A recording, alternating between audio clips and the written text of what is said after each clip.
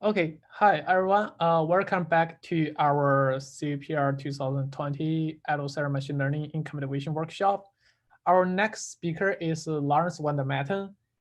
Dr. Lawrence van der Maaten is a research director at Facebook AI Research in New York. He received his PhD from Tübingen University, the Netherlands in 2009. With collaborations from Cornell University, he won the Best Paper Award at CPR 2017. Lawrence is interested in a variety of topics in machine learning and computer vision. The talk today is Adversarial Robustness, the end of the early years. Lawrence, you can unmute yourself and yeah, thanks. Thank you. Thank you, Sihan. Thank you. Is the sound okay for you guys? Yeah, I can hear you very clearly. Awesome. Excellent. Thanks so much for the kind introduction, Sihang. I'm really excited to be here. I must say I'm also a little embarrassed, and I'll tell you right away why. Because I've sort of, over the past year and a half, I've basically stopped working on adversarial robustness, and so I really feel like an outsider in this workshop. So what I'll try and do in this talk is I'll try and give a little bit of an overview of some of the work that we did in adversarial robustness. And then I'll try and reflect a little bit on sort of my thoughts on the field overall, and in particular, why I stopped working on it and what I'm working on now. So I hope that that's okay with all of you. So maybe to get us started, right? Like I'm sure many of you, or I'm sure all of you, are aware of sort of adversarial examples, right, or adversarial images. I think this was the example that drew me into this field. Was this example of semantic segmentation? This comes from a paper by Mustafa Cissé and co-authors, where they managed to fool the semantic segmentation algorithm into predicting this minion, which isn't just entertaining, but also raises a lot of questions, right? And the questions are around, if you can do this with small perturbations, like what does that tell us about the networks, right? Like, can we learn something about convolutional networks or other deep learning models by studying these adversarial perturbations and this limited robustness? And the other question is, of course, a security question. Does this raise concerns for practical computer vision systems, in particular if those are systems that are used for instance, filtering objectionable content on large social network websites? And so we started looking into this field a little bit in 2017. I was pretty excited about this, right? So we started looking at these kinds of examples, right? Like, you take an image of a ladybug, you produce some kind of adversarial perturbation, and suddenly the label, the predicted label of the network starts changing. And in a lot of these cases, we have some measure of attack strength as well, where we could measure the attack strength, for instance, in the size of the perturbation that is applied. So we were, we were mostly interested in sort of the defense side of this problem. So, like, how can you train models or develop models that are robust to these kinds of perturbations, right? It's clear to humans that the content of the images, the semantic content, isn't changing. So it feels like they should be possible. And so we started off by basically asking ourselves the question that I think any computer vision researcher should occasionally ask themselves: what would Alyosha say? And Alyosha would probably say, well, did you try nearest neighbors? The answer at that point was no. So we figured, okay, let's try something with nearest neighbors and let's see what happens. And in particular, we used very old work by Alyosha and Bill Freeman called image guilting. This is a paper from 2001. And I'll explain very briefly how it works. So in image guilting, what you do is you create a database of image patches, so small, like 3 by 3 or 5 by 5 or 7 by 7 patches, And what you're going to do is you're going to scan the original input image. And for each location in the input image, you're going to find the nearest patch in the patch database. And you're going to put that patch in place on the right side in your cleaned image. And now these patches are overlapping. And so in overlapping parts, you're going to do a graph cuts algorithm in order to sort of find the optimal seam between overlapping patches. And if you do this for all the patches in the image, then you get something like the image on the right, which is a cleaned version of the image on the left. And it's made up only of patches that come from this patch database, right? And the patch database you filled with patches that come from real images, right? So images without adversarial perturbations. And our hope was that a lot of this, that this algorithm would basically remove a lot of the fine-grained noise or perturbation that the adversarial examples create, right? And so our sort of defense mechanism, the way it worked is we would take an input image, an adversarial input image, we would clean that image up through the image kilting algorithm, and then we would feed it to our convolutional network for prediction. And we tried this out against two adversarial attacks that were popular at the time, Deep Fool and the Carlini-Wagner attack. And what I'm showing here is the accuracy of the network as a function of the strength of the adversary, as measured in terms of the L2 norm of the adversarial perturbation. And so higher is better. And so what you see is that these attacks are quite effective, right? The dashed line is showing you that as soon as you apply them and there's no defense, then almost all images will be misclassified. The light blue line is the line that you get from image kilting, and what you can see is that it's definitely lower than the accuracy that you'd get on clean images. But the line is pretty straight, right? And so, even as you increase the size of the perturbation, you continue to get reasonably good classification accuracies. This is for a ResNet 50 model, and so at a 0.08 attack strength, we still had around 65% classification accuracy, which is not bad. So this kind of seemed to work. But of course, Carlini and Wagner, since they developed this attack, they had to, sort of come back at us. And they published this really interesting paper where they showed how to circumvent a defense like this in the white box setting. And sort of their main idea is that because the cleaned image is very similar to the original image, what you can do is you can basically change the attack to evaluate gradients not at X, but at the cleaned version of X, right? So basically, they would run the image kilting algorithm using the same patch database as part of their attack, and they showed that this is really, really effective, right? And so these kinds of defenses, like this image kilting defense, is something that may work in sort of a black box setting. However, if the attacker knows about this kind of defense, like it's relatively easy to circumvent this, right? And so, this line of work was in that sense was unsuccessful. The second thing we tried is we looked at a combination of adversarial training and feature denoising, and this was work by C. Hang, who's one of the organizers of this workshop when he came to intern at Facebook about 1.5 years ago. And basically what he did is he looked at adversarial training. So this is this really old idea that already appears, I think, in work by Ian Goodfellow in 2015, where the idea is to train the network on adversarial images, like at training time. And in that way, develop networks that are robust to these adversarial images. And he was combining this with an idea called feature denoising.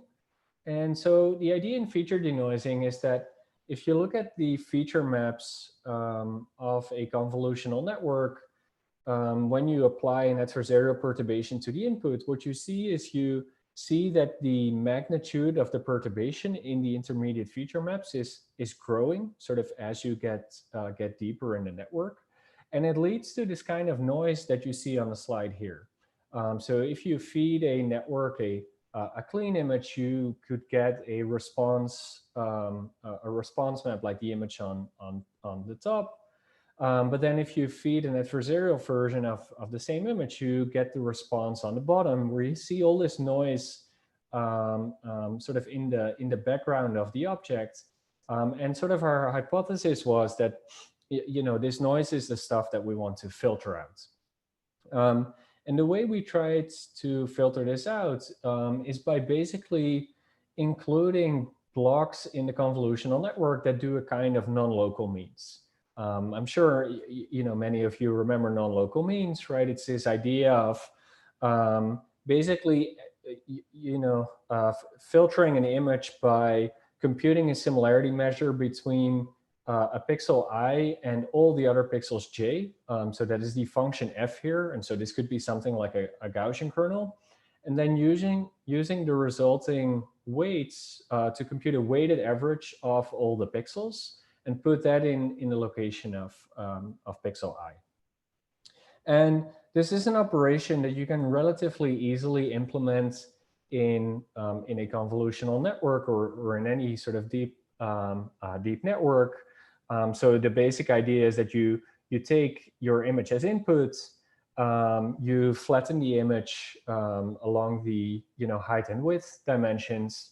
You compute a kind of basically you compute all inner products between these in this case 256 dimensional vectors, right? So this gives you an HW by HW output map. So this is the evaluation of f in the equation on the left, and now you use these weights to basically reweight another version of the input x, and so that is the multiplication between f and x, as well as the summation. And so this blue box here is basically implementing non-local means. And then what we did is we put non-local means in a very simple residual block, which is the white area around it. And so what we observed qualitatively is that these feature denoising blocks, they remove perturbations or they remove noise from the feature maps. So what you see here is for a few input images, you see a feature map before the denoising block and then the corresponding feature map after the denoising block. There is a natural ordering in these activation maps because we use residual connections. And so we trained models that contain these denoising blocks using adversarial training. And the results that Seehang got look like this. So here on the x-axis, you see the number of attack iterations in a PGD attack. And so Seehang went all the way up to 2000 PGD attack iterations, which is a very strong attack. And we're showing a couple of lines here. In particular, the orange-red line is a model that is just trained with adversarial training. And then the yellow line is the same model with the additional denoising blocks. And so what you observe here is two things. One, actually, that the red line is a lot higher than prior published work at that time.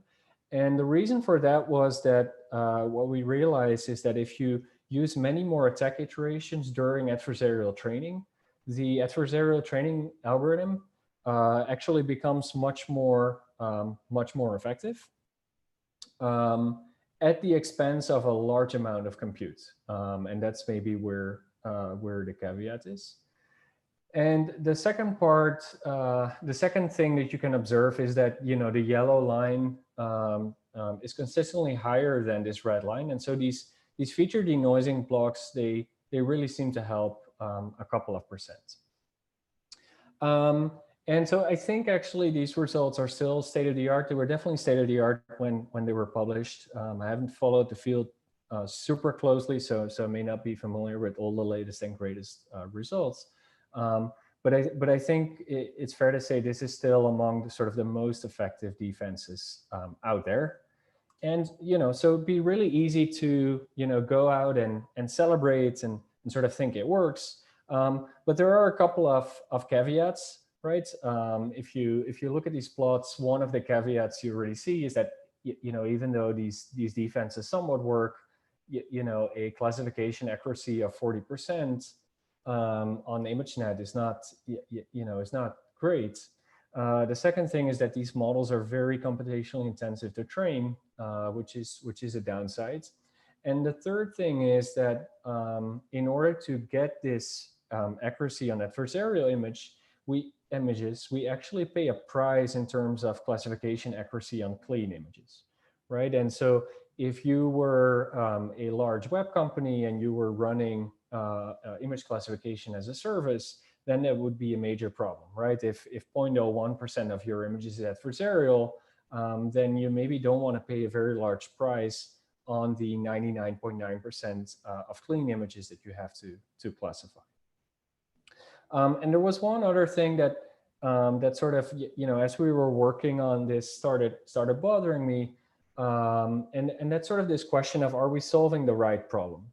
In particular, if you look at a lot of the work in adversarial robustness, it makes a set of assumptions, right? And probably some of the main ones are one, that the perturbation that we apply has a small LP norm, which may seem sensible, but then if you think about it, there are a lot of perturbations that you could apply to an image that will not change the image's semantic content, but they will have a massive LP norm irrespective of what P is, right?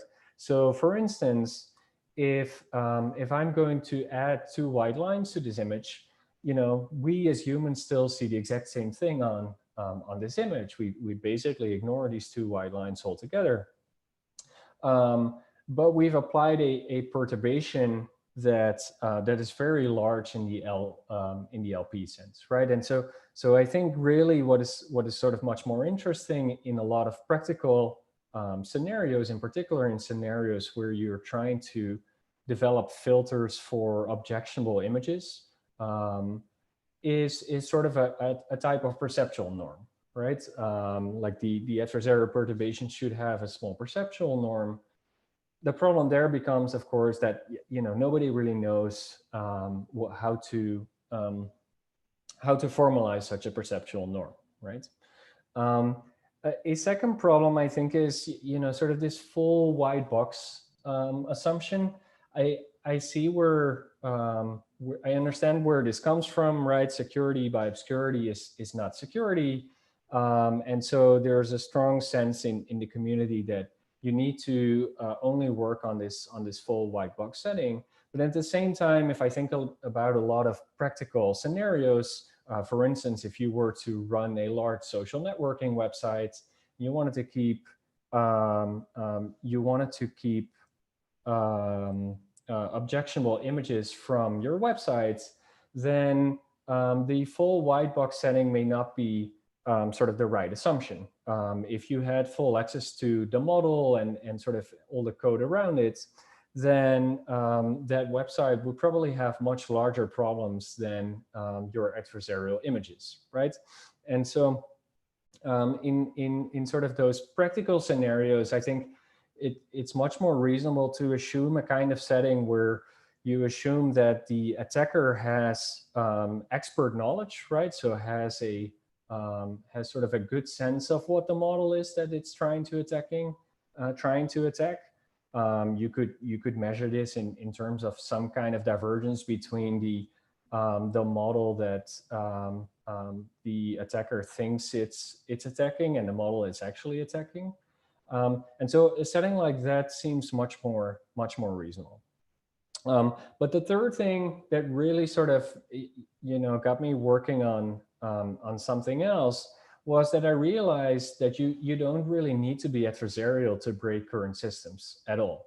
And this relates a little bit to the talk that Alexander Madry was giving earlier in the day, which I thought was super interesting. We did some work in that space as well. So what do I mean by this? What do I mean by you don't need to be adversarial? Well, so here's an example. here are 3 images of soap, spices, and toothpaste. And these images were made in the UK and the US. And what we did here is we gave these images to a popular cloud vision service. And we got, pretty good predictions for these images. The predictions were toiletries, spice, and toothpaste. And then we took images of the same objects, except they were images originating from different countries. In particular, the soap was photographed in Nepal, the spices were photographed in the Philippines, and the toothpaste was photographed in Burundi. And suddenly these models don't work so well anymore. They recognize the soap as food because it looks different. They recognize the spices as beer because apparently in the Philippines, spice containers look differently from in the United States, and they don't recognize the toothpaste if it doesn't appear in the context of a white ceramic sink or anything of that type. And so we did experiments to dig into this more. And in particular, we used this data set called the Dollar Street data set, which is a data set that was gathered by a nonprofit called Gapminder that aims to basically with the goal of showing how different people live across the world. And it's a data set that has around 20,000 photos, and it contains 117 classes of different common household objects. And in addition to the photos, it also records, in addition to the class, it also records the country in which the photo was made and the household income of the family, of the household in which the object appeared. And so what we did is we measured the accuracy of 5 popular cloud vision systems on these images across the world. And what we're showing here is the average accuracy of those 5 cloud vision systems for images from different countries, where dark green represents an accuracy of around 90%, a yellow color means an accuracy of around 75%, and a red color means an accuracy of around 60%. And so what you see here is that in the US and in European countries, you see this dark green color. These cloud vision systems work really well.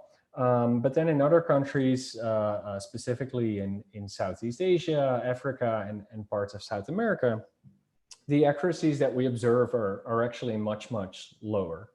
And I'm showing averages here for averages over 5 different cloud services because we don't want to call out one service in particular, but really these results are consistent across services, including Facebook's own service. We in the paper we present our own results as well. And what this data set allows us to do is it also allows us to look at accuracy as a function of household income. And there you see a trend where basically these systems work better in recognizing common household items that appear in high income households. And this is not just due to a correlation between household and country, because if you zoom in on India alone, you still see these effects. So what's going wrong here? Well, what's going wrong is that, or what's causing this is that a lot of data set collection relies on very Western services, things like Flickr. And a lot of data set collection starts from English queries. And I think that's a large part of the problem as well. So for instance, if you go on Flickr and you search for images of a wedding, you'll get images like the ones that are shown on the top row of a bride in a white gown and a groom in a smoking or tuxedo. Whereas if you would search for the Hindi word for wedding, you'd get very different types of images of brides and grooms in very colorful attire. Similarly, if you would search for spices on Flickr, you find images of these plastic spice containers. Whereas if you search for the Hindi word for spices, you'll find images of spices in open containers that are visually very, very different, right? And so and this is an effect that you see basically in all popular computer vision data sets, where, due to the way that they are collected, they incorporate massive biases that leads to the kinds of effects that I was just showing. So let me wrap up. So I mean, it's very clear that the adversarial robustness problem is still far from solved. But sort of over time, for myself, I've developed these doubts of, whether we are even working on the right problem, or is this more of an academic curiosity? And I think in particular, what I've been for myself a little bit disappointed about is that I think so far the study of adversarial robustness hasn't taught us a lot about how these convolutional networks or other deep learning models work. And I think that's where I had a little bit higher hopes for the field when it originally started.